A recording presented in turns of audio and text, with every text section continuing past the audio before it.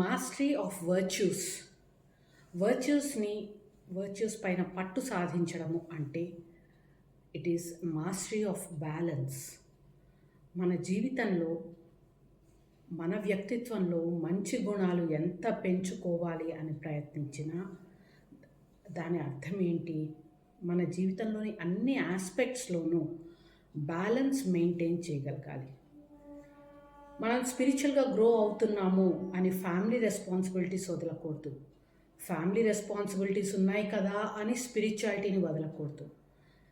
Family responsibilities ఉన్నాయి, స్పిరిచువల్గా grow అవ్వాలి, అందుకని తప్పు దారిలో సంపాదిద్దాము, తొందరగా సంపాదించేద్దాము, అప్పుడు స్పిరిచువల్ ప్రోగ్రెస్ గురించి ఆలోచిద్దాము అనుకోవడం తప్పు. ఒకటేసారి అన్నీ బ్యాలెన్స్ చేస్తూ అది నెమ్మదిగా అయినా సరే ఆ బ్యాలెన్స్ వచ్చినప్పుడే మనలో వర్చ్యూస్ పెరుగుతాయి. ఈక్వల్గా మనలో వర్చ్యూస్ డెవలప్ అవుతాయి, మంచి గుణాలు సద్గుణాలు డెవలప్ అవుతాయి.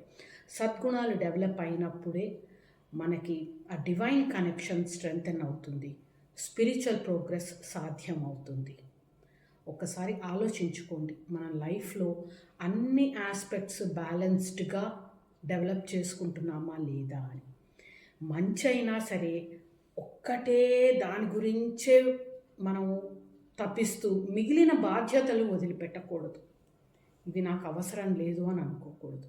ప్రతిదీ అవసరమే. మన పేరెంట్స్ని చూసుకోవడం అవసరమే, మన ఫ్యామిలీ మెంబర్స్ని చూసుకోవడం అవసరమే, మన ఆఫీస్లో రెస్పాన్సిబిలిటీస్ ఇంపార్టెంట్, సొసైటీకి సర్వీస్ చేయడము అవసరము, అలాగే స్పిరిచువల్ సాధన చేయడము అవసరము. అన్ని రకరకాలు ఉంటాయి. సో ఒక్కసారి మన లైఫ్ని మనం గమనించుకోవాలి. మనం అన్ని ఆస్పెక్ట్స్ చెక్ బాక్స్ పెట్టుకోండి, అన్నీ ఫుల్ఫిల్ చేస్తున్నామా అన్ని డ్యూటీస్ అన్నది. అప్పుడే మనకు స్పిరిచువాలిటీలో డెవలప్మెంట్ ఉంటుంది, ప్రోగ్రెస్ ఉంటుంది.